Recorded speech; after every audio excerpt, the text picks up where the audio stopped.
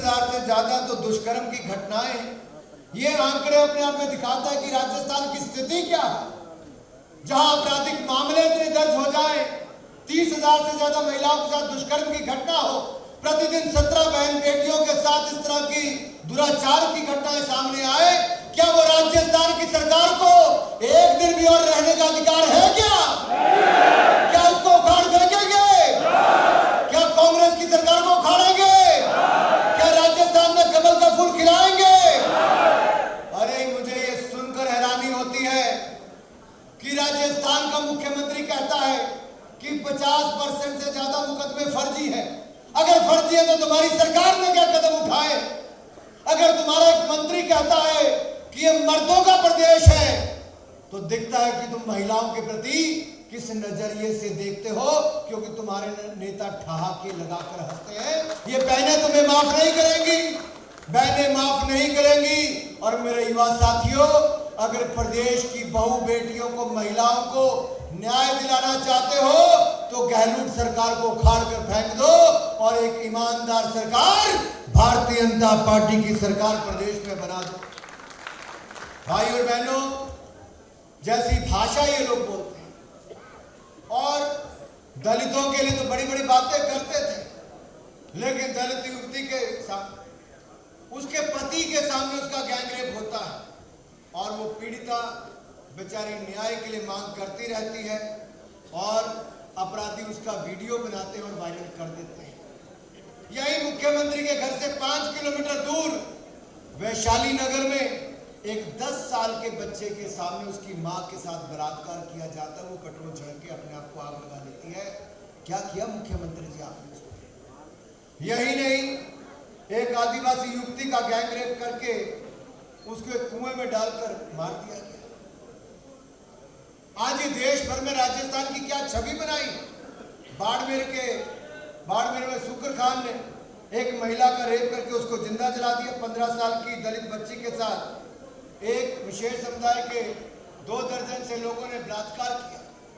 अब मैं ऐसी ना अनेकों घटनाएं, मेरे पास 18 पन्ने हैं जिसके ऊपर सैकड़ों घटनाएं लिखी हुई हैं। मुझे तो कहते हुए शर्म आती है, लेकिन राजस्थान सरकार को शर्म नहीं आती।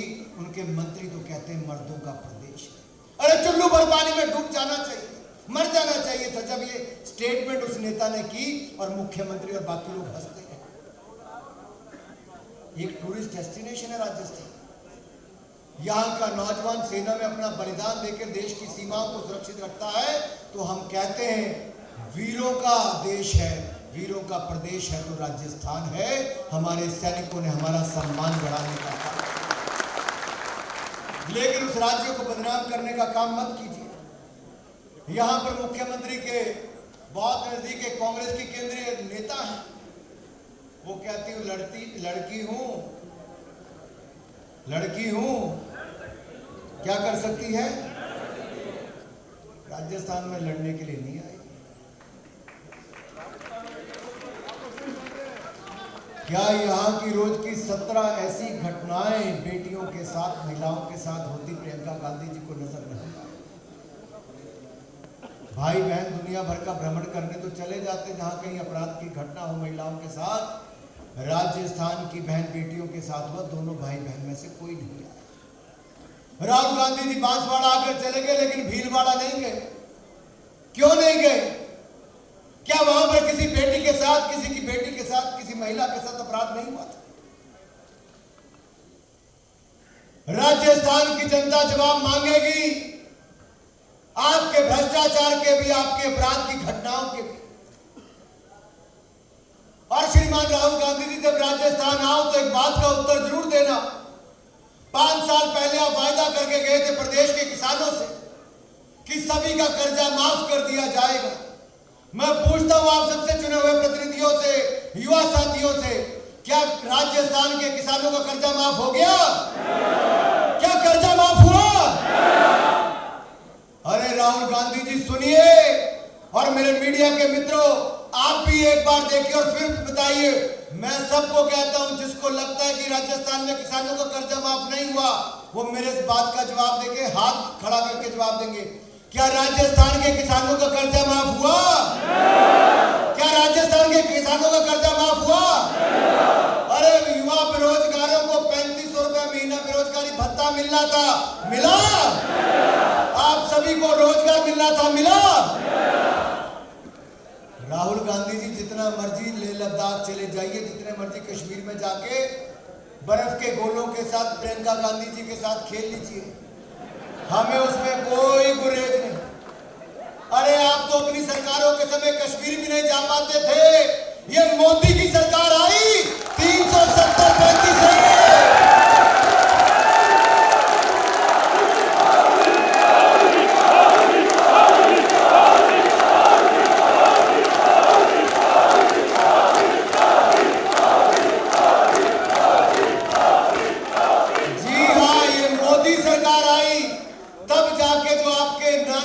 पंडित नेहरू जी ने देश को एक ऐसा जख्म दिया था 370-35 से, उसका सदा सदा के लिए इलाज किया तो नरेंद्र मोदी सरकार ने किया।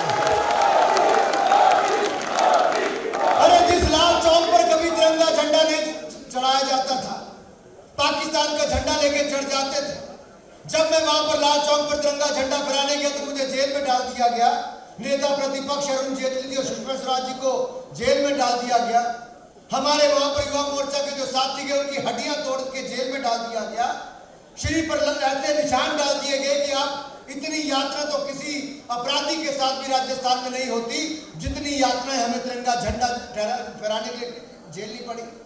लेकिन मोदी सरकार आने के बाद 370-35 से गया तो आज इसी लाल चौक पर तिरंगा झंडा साल में कभी भी जाकर फहरा लो, भारत माता की जय, कभी भी जयकारा लगा लो।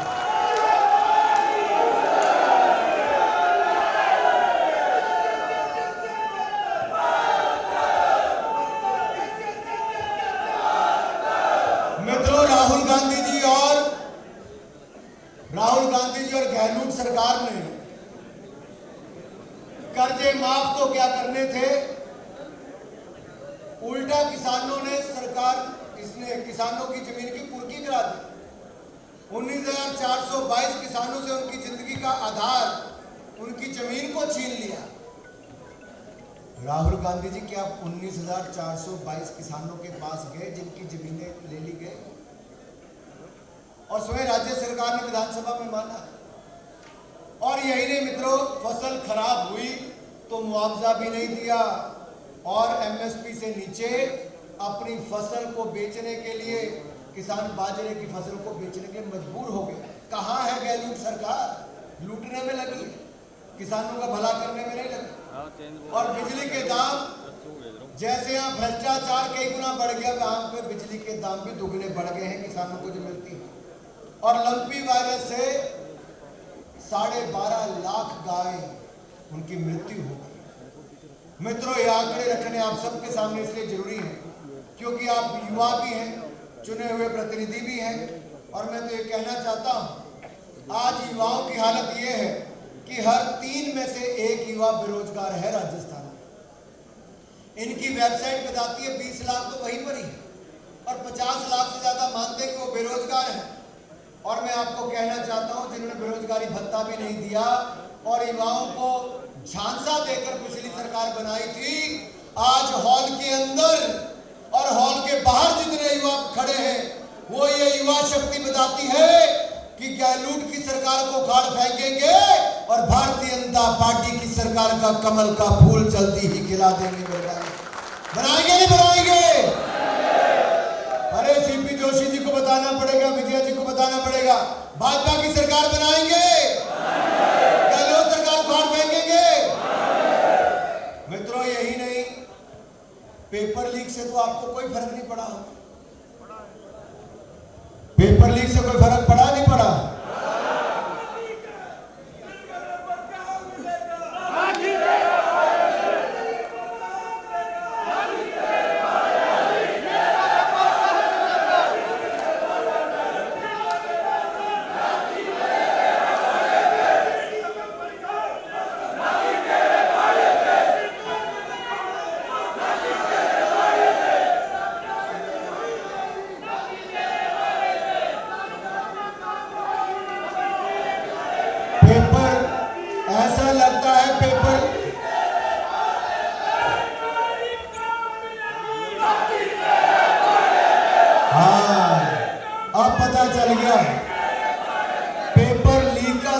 मामले में प्रभाव युवाओं पर हुआ है। हर किसी की जुबान पर पेपर लीक का नाम दिलो दिमाग पर पूरी तरह से याद है ना। तो जब तक वोट पड़ना जाए तब तक याद भी रखना, बाकियों को याद भी करवा देना, क्योंकि राजस्थान में शिक्षकों के हर 2 में से 1 पद खाली है और 5 साल में भर नहीं पाए, क्योंकि paper leak paper leak paper leak paper leak 17 बार पेपर लीक होने के मामले सामने आए। तो देश भर में पेपर लीक पर नंबर 1 ये कैसी सरकार है मित्रों। यही नहीं, अगर आप देखेंगे सांप्रदायिक दंगे राजस्थान में, महिला अपराध राजस्थान में, युवाओं को बेरोजगारी राजस्थान में, आखिरकार ये सब यहीं तक नहीं रुके। कर्जा लेने में भी पिछली बार से लेके अब तक 5 लाख करोड़ का कर्ज चढ़ा दिया है। किस पर? राजस्थान पर, गहलोत सरकार।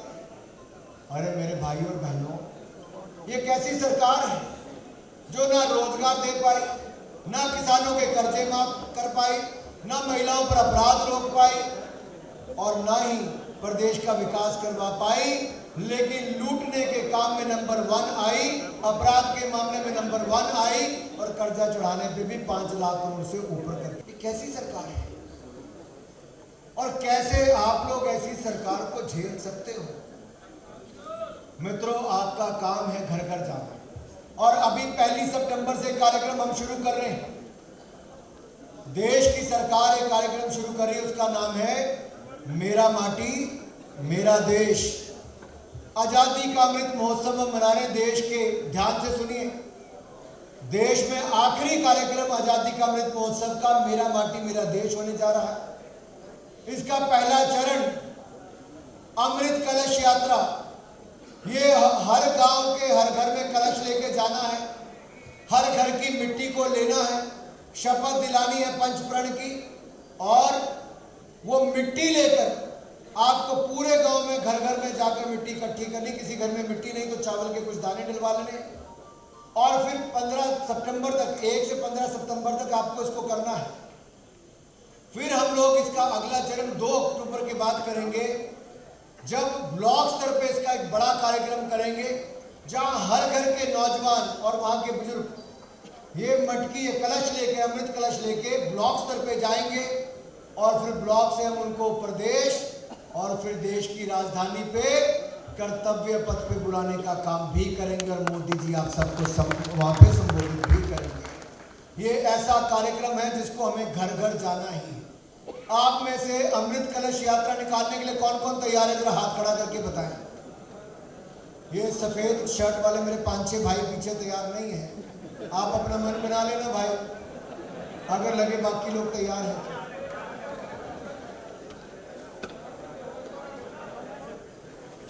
जिसको कुर्सी नहीं मिली उन्होंने सबसे पहले हाथ खड़े किए, अगले वाले।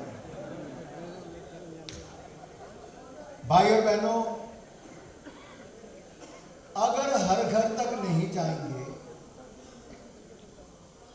तो वोट मांगने, अगर अपने घर तक भी ना जाओ तो कई बार घर वाले भी कहते वोट मांगने तो दूसरा आया था।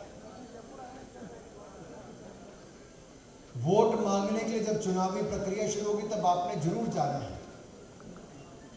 वो समय का काम है वोट मांगने का। और जैसे पार्टी तय करेगी, जैसे माननीय सीपी जोशी जी तय करेंगे, वैसे हम सबको करना ही है। लेकिन उससे पहले तो देश के लिए हम कार्यक्रम कर रहे हैं, स्वतंत्रता सेनानियों का सम्मान करना है, हमारे सैनिक जिन्होंने अपनी शहादत दी थी उनका सम्मान करना है, शिला फलकम लगाने का काम हर स्कूल में करना है। कुछ कार्यक्रम अब तक हुए लेकिन अब बड़े स्तर पर 1 सितंबर से शुरू होंगे। इसलिए मेरा निवेदन है कि जब तक आचार संहिता नहीं लगती उसके बाद डोर टू डोर कैंपेन करेंगे बाद में, लेकिन कोई घर ऐसा ना रहे जहां पे राजस्थान के हर घर की मिट्टी ना आए, क्योंकि राजस्थान एक ऐसा प्रदेश है जहां के वीरों ने अपना बहुत बड़ा योगदान महाराणा प्रताप के जमाने से लेकर आज के नौजवानों तक दिया है। तो बलिदान, अगर महाराणा प्रताप के समय से हमारे सैनिकों का बलिदान अब तक हुआ है, मैं आपको बलिदान देने के लिए नहीं, आपको योगदान देने के लिए कह रहा हूं। क्या आप योगदान देने के लिए तैयार हैं? क्या योगदान देने के लिए तैयार हैं? अमृत कलश यात्रा निकालने के लिए तैयार हैं? भाई और बहनों, ज्यादा समय नहीं लूंगा क्योंकि अभी 3 कार्यक्रम इसके बाद और हैं। भाई सीपी जोशी जी, एक निवेदन मैं आपसे करना चाहता हूं। ये राजस्थान में जब कोविड की समस्या आई पूरे देश भर में, ये राजस्थान एक ऐसा प्रदेश देखा गया और इसकी व्यवस्था ऐसी थी कि गहलोत की लूट उस समय भी नहीं रुकी। उस समय भी कोविड वैक्सीन जो आपको मुफ्त में लगाने के लिए मोदी सरकार ने भेजी थी, वो भी कभी कूड़े के डब्बों में, कभी प्राइवेट अस्पतालों में देखने को मिली, कभी बेचते हुए दिखे। जिन्होंने कोविड में भी नहीं छोड़ा, वो आपको कब छोड़ेंगे? जिन्होंने लूट उस समय नहीं छोड़ी, अब भी नहीं छोड़ेंगे। अब समय आ गया है, हमें इनको छोड़ना है।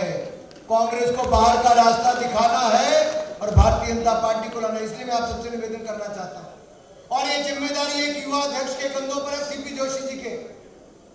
एक नौजवान को अवसर मिला है प्रदेश का अध्यक्ष बनने का। क्या प्रदेश का युवा सीपी जोशी जी के साथ खड़ा है? क्या पूरी ताकत लगा दोगे? क्या हमारे अध्यक्ष जी के कहने पे घर घर जाओगे?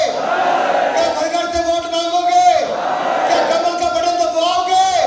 क्या भारतीय जनता पार्टी की सरकार बनाओगे? क्या मोदी जी की झोली में सरकार डालोगे? हमारे भारत माता की। भाई और बहनों, ये भू माफियों से, खनन माफियों से, अपराधियों से, भ्रष्टाचारियों से इस राज्य को मुक्ति दिला दो। वापिस एक बार विकास की पटरी पर चला दो। मैं आपको विश्वास दिलाता हूं, जब भारतीय जनता पार्टी की सरकार आएगी तो हमारा राजस्थान पीछे नहीं रहेगा। हमारा राजस्थान देश के सबसे अग्रणी राज्यों में हमारा राजस्थान आएगा। इस बात का विश्वास आपको दिला सकता हूं। आखिरकार केंद्र की योजनाओं को प्रदेश में लागू कराने में सरकार विफल क्यों रहती है? योगी जी वहां से अपराधियों के खिलाफ कड़ी कार्रवाई करते हैं, यहाँ पे मनोहर लाल खट्टर जी करते हैं, लेकिन राजस्थान की सरकार और राजस्थान उनके लिए एक शरण स्थली बन जाता है। यहाँ की सरकार क्यों चुप रहती है? क्यों चुप रहती है? सवाल सबके सामने खड़ा होता है। यहां पर दंगइयों के खिलाफ कड़ी कार्रवाई क्यों नहीं होती? और जब उदयपुर की घटना घटी, उसके बाद किसने राहुल गांधी जी का बयान सुना? आप सबको राहुल गांधी जी का बयान उस समय के बाद सुनना चाहिए। वो कितने हल्के में ऐसे बयानों को लेते हैं क्योंकि तुष्टीकरण की राजनीति करना चाहते हैं। इन लोगों ने जाति, धर्म, संप्रदाय के नाम पे ही वोट पाया है और कमाया है। सरकारें बांट के ही बनाते रहे, लेकिन जब से नरेंद्र मोदी जी की सरकार आई, सबका साथ, सबका साथ, सबका साथ, हमने सबका साथ सबका विकास इसी मूल मंत्र के साथ आगे चले। हमने अगर 12 करोड़ बहनों को रसोई गैस के सिलेंडर दिए तो ना ये देखा कौन हिंदू है, कौन ईसाई है, कौन मुस्लिम है, कौन सिख है। जब 4 करोड़ पक्के मकान बना कर दिए तो ये नहीं देखा कौन हिंदू है, कौन मुसलमान है। जब 13 करोड़ शौचालय बना कर दिए तब भी नहीं कोई देखा, ना उज्ज्वला में, ना बिजली कनेक्शन में, ना उजाला योजना में, कहीं हमने कोई भेदभाव नहीं किया। और जब कोविड आया तब भी 220 करोड़ वैक्सीन मुफ्त में लगाने का काम और 80 करोड़ जरूरतमंदों को 2.5 साल तक मुफ्त में अनाज देने का काम भी दुनिया में कोई कर पाया तो नरेंद्र मोदी जी कर पाए हैं। नरेंद्र मोदी जी कर पाए हैं। इसलिए मित्रों, 157 देशों को वैक्सीन और दवाइयां देने का काम दुनिया में कोई देश कर पाया तो वो भी भारत ने करके दिखाया है, नरेंद्र मोदी जी ने करके दिखाया। हमने कोविड के समय में देश को आगे बढ़ाया। आज से 9 साल पहले भारत लड़खड़ाती, चरमराती अर्थव्यवस्था थी जब मनमोहन सिंह और सोनिया गांधी की सरकार थी। लड़खड़ाती, चरमराती अर्थव्यवस्था देकर गए थे। दुनिया की 10वें नंबर की अर्थव्यवस्था थी, लेकिन ईमानदार सरकार नरेंद्र मोदी जी की आई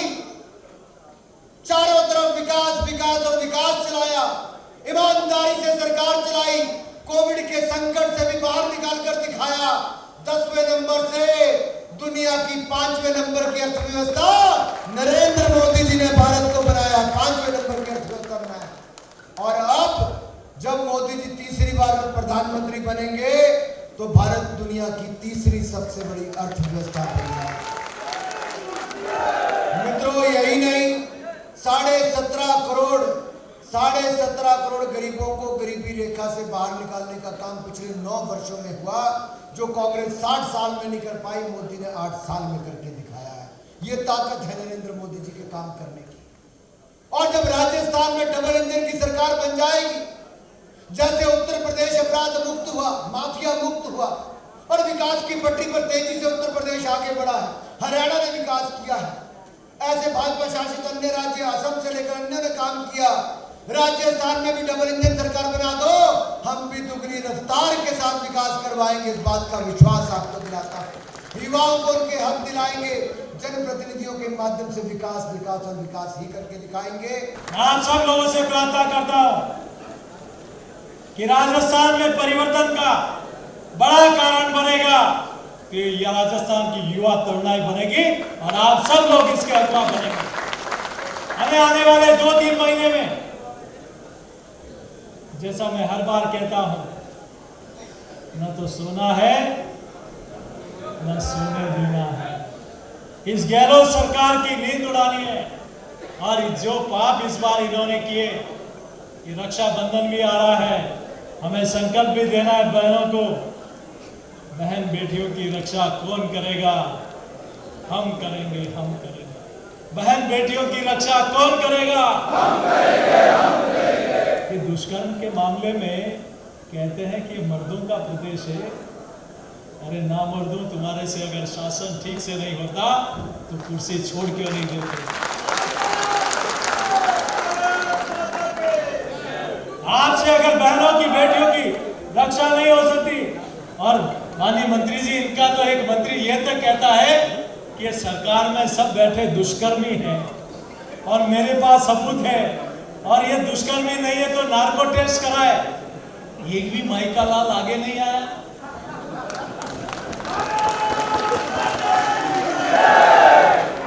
इन सबने स्वीकार कर लिया, अगर हिम्मत है तो नार्को कराओ, नहीं तो आपने अपना जो है जुर्म स्वीकार कर लिया है। अब नहीं सहेगा राजस्थान, ऐसे भ्रष्टाचारियों को नहीं सहेगा राजस्थान। मेरा आप सबसे, चूंकि आज माननीय मंत्री महोदय को हम सब लोगों को सुनना है, मैं आपसे इतना ही कहूंगा कि अभी हमारे नाम जुड़ाने और कटाने का काम चल रहा है। आज से ही हम इस अभियान में लग जाए कि कोई भी हमारा मतदाता युवा भाई जिसका नाम नहीं जुड़ा है, उसका वोटर लिस्ट में नाम जुड़ा है।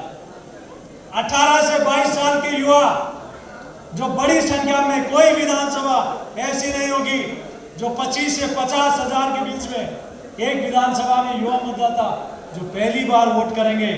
मेरा प्रथम वोट राष्ट्र के नाम, मेरा प्रथम वोट भारतीय जनता पार्टी के नाम, मेरा प्रथम वोट मोदी जी के नाम। इन तीनों ध्येय को लेकर हमने सबको नव मतदाताओं का सम्मान भी करना है, और इस बिजली के आंदोलन को लेकर हमें जीएसएस का घेराव भी करना है, तो थाली नाच भी करना है।